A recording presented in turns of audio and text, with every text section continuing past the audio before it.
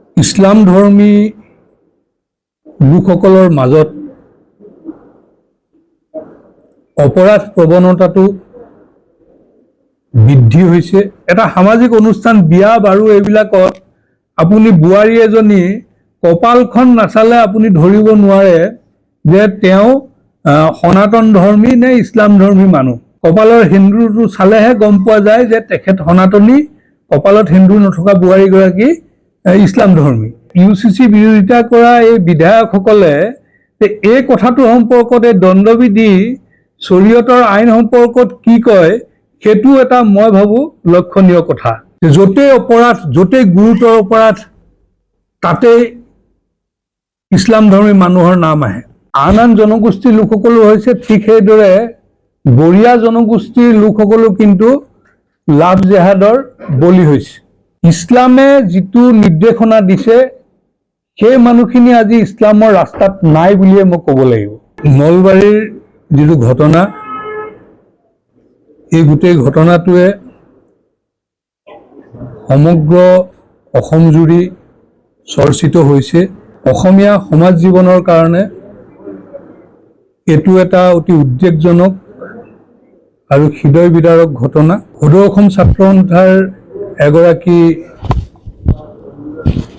কাৰ্যকৰ্তাক যেনেধৰণেৰে হত্যাৰ বলি হ'ল,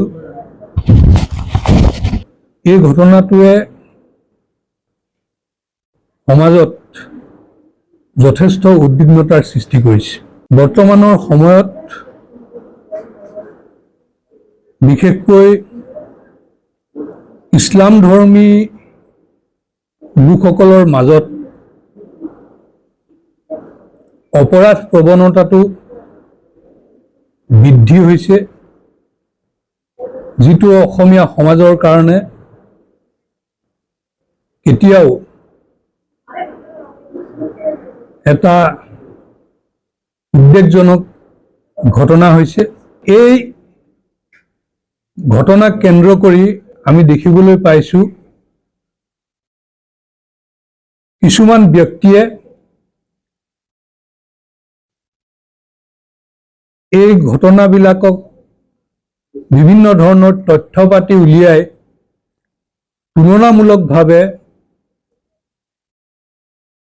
ইছলাম ধৰ্মী মানুহৰ অপৰাধীৰ সংখ্যা কম, তেনেকুৱা ধৰণৰ যুক্তি দিবলৈ বিচাৰিছে। এই যিবিলাক ব্যক্তিয়ে এনেকুৱা ধৰণৰ যুক্তি দি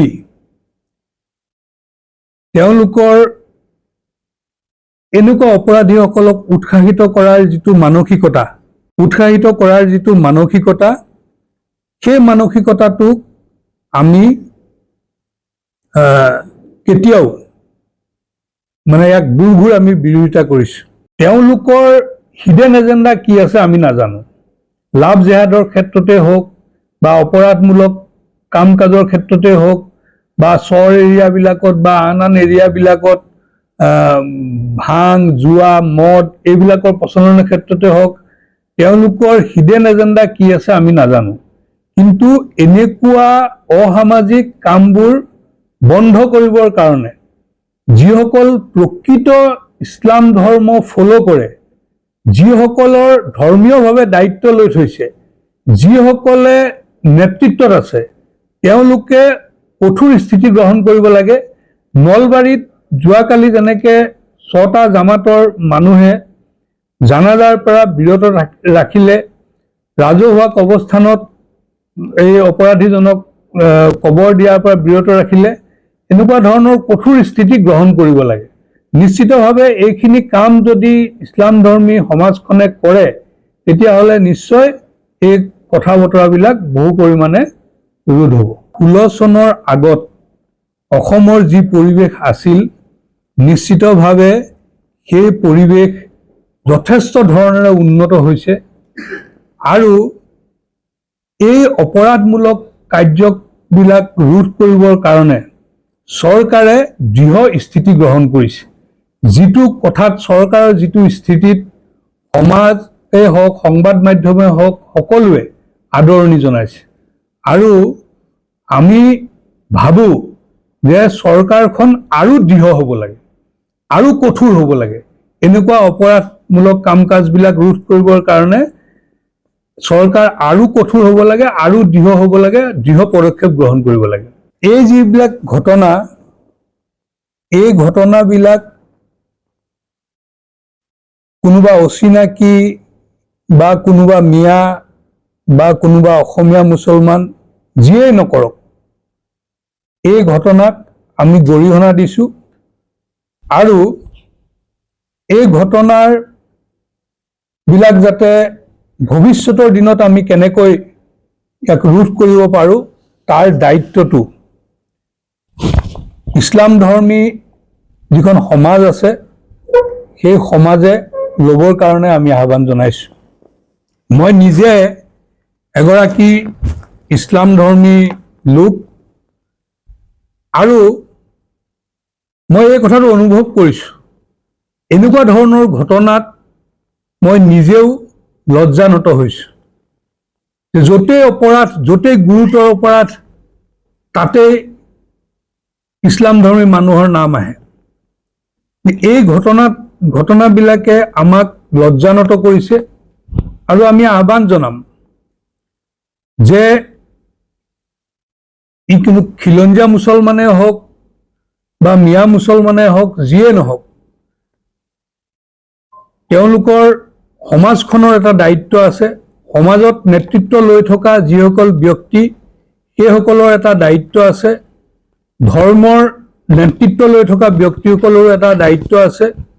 সকলোৱে যাতে এই ক্ষেত্ৰত এটা মানে যোগাত্মক চিন্তাৰে ইছলাম ধৰ্মীসকলক এনেকুৱা অপৰাধমূলক কাম কাজৰ পৰা আঁতৰত ৰাখিবৰ কাৰণে তেওঁলোক আগবাঢ়ি আহে। ইছলাম ধৰ্মী যিসকল লোক আছে, তেওঁলোকৰ যিসকল ইয়াৰ স্থায়ী বাসিন্দা, সেইসকলৰ প্ৰত্যেকৰে এটা এটা জামাত আছে।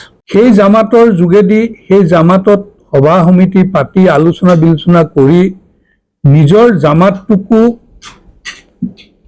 জামাতত ঘটি থকা এনেকুৱা ঘটনাবিলাক বা যিবিলাকৰ অপৰাধ প্ৰৱণতা আছে, নিচাসক্ত হয়, এই গোটেই অসামাজিক কাম কাজবিলাক ৰোধ কৰিবৰ কাৰণে তেওঁলোকে এটা যাতে ব্যৱস্থা গ্ৰহণ কৰে। এই যিবিলাক ঘটনা হৈছে, এই ঘটনাবিলাকৰ পৰা ইছলাম ধৰ্মী সমাজ বা ইছলাম ধৰ্মৰ নেতৃত্বত থকা ধৰ্মীয় নেতৃত্ব বা ইছলাম ধৰ্মৰ ইছলাম ধৰ্মী যিসকল বুদ্ধিজীৱী আছে, যিসকল নেতৃস্থানীয় ব্যক্তি আছে, তেওঁলোকে এই কথা বতৰাবিলাকৰ পৰা আচলতে গা এৰা দিলে নহ'ব। তেওঁলোকে দায়িত্ব ল'ব লাগিব। আৰু আমাৰ যিটো অসমীয়া সমাজৰ হাতাম পুৰুষীয়া যিটো আমাৰ মিলা প্ৰীতিৰ আছে, এজনে আনজনক সন্দেহ কৰা এতিয়া যিটো পৰিৱেশ আহি পৰিছে, এই পৰিৱেশটো নাইকিয়া কৰিবৰ কাৰণে ইছলাম ধৰ্মী সমাজখনে এটা দায়িত্ব ল'ব লাগিব। আমি যদি কওঁ যে লাভ জেহাদটো, এইটোৰ বলি কিন্তু মানে আন জনগোষ্ঠীৰ লোকসকলো হৈছে, ঠিক সেইদৰে বৰিয়া জনগোষ্ঠীৰ লোকসকলো কিন্তু লাভ জেহাদৰ বলি হৈছে। অপৰাধ প্ৰৱণতা মানে যিটো বৃদ্ধি হোৱা কথাটো, সেইটো আজি একদম সূৰ্যৰ পোহৰৰ দৰে স্পষ্ট হৈছে। বিশেষ এটা শ্ৰেণীৰ মাজত এইটো সূৰ্যৰ পোহৰৰ দৰে স্পষ্ট যে তেওঁলোকৰ মাজত অপৰাধ প্ৰৱণতাটো বেছি। তেওঁলোকে অসামাজিক কাম কাজত লিপ্ত থাকে। কিন্তু ইছলাম মানে সেইটো নহয়। ইছলামে যিটো নিৰ্দেশনা দিছে, সেই মানুহখিনি আজি ইছলামৰ ৰাস্তাত নাই বুলিয়ে মই ক'ব লাগিব। গতিকে সেই মানুহখিনিক নিয়ন্ত্ৰণ কৰাৰ মূল দায়িত্বটো কিন্তু ইছলামৰ যিখন সমাজ আছে, সেই সমাজখনে ল'ব লাগিব। আৰু অসমত এনেকুৱা বহু জনগোষ্ঠী আছে, যিবিলাক জনগোষ্ঠী বসবাস কৰা ঠাইবিলাকলৈ ৰাস্তা পদূলিও একেবাৰে সুচল নহয় বা শিক্ষাৰো তেওঁলোকৰ তেনেকুৱা ধৰণৰ ব্যৱস্থা নাই। কিন্তু সেইবিলাক সমাজততো এনেকুৱা অপৰাধ প্ৰৱণতা বৃদ্ধি হোৱা নাই।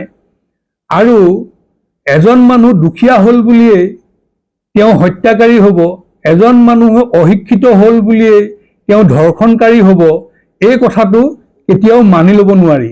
বিশেষকৈ ইছলামধৰ্মী সমাজৰ মাজততো একেবাৰে মানি ল'ব নোৱাৰা এটা কথা, কাৰণ ইছলাম ধৰ্মত এই কথাবিলাকক আটাইতকৈ গুৰুতৰ অপৰাধ হিচাপে গণ্য কৰা হয়। তেওঁলোকৰ মাজত এটা মানসিকতা আছে, মই বেছি তলৰ লেভেলৰ কথাটো নকওঁ, আজি বিধানসভাত যিসকল MLA নিৰ্বাচিত হৈ আহিছে তেওঁলোকে UCC বিৰোধিতা কৰিছে যে UCCয়ে ধৰ্মত আঘাত দিছে, সেইটোত তেওঁলোকে বিৰোধিতা কৰিছে। কিন্তু এটা কথা চাব, যদি ধৰ্মীয় দৃষ্টিকোণেৰে চায় এই এনেকুৱা অপৰাধীবিলাকৰ ক্ষেত্ৰত, গতিকে এই যিসকলে এই কথা বতৰাবিলাক কয় তেওঁলোকে UCC বিৰোধিতা কৰা এই বিধায়কসকলে এই কথাটো সম্পৰ্কত এই দণ্ডবিধি শৰীয়তৰ আইন সম্পৰ্কত কি কয় সেইটো এটা মই ভাবোঁ লক্ষণীয় কথা।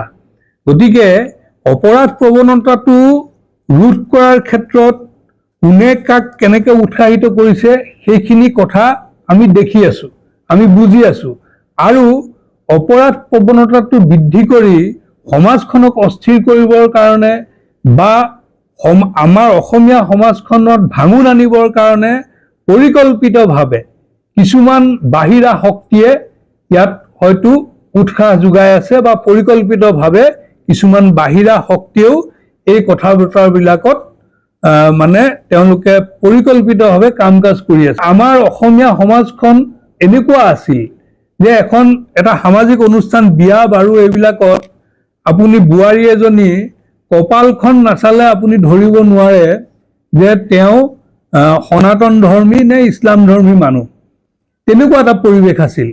কপালৰ সেন্দুৰটো চালেহে গম পোৱা যায় যে তেখেত সনাতনী, কপালত সেন্দুৰ নথকা বোৱাৰীগৰাকী ইছলাম ধৰ্মী।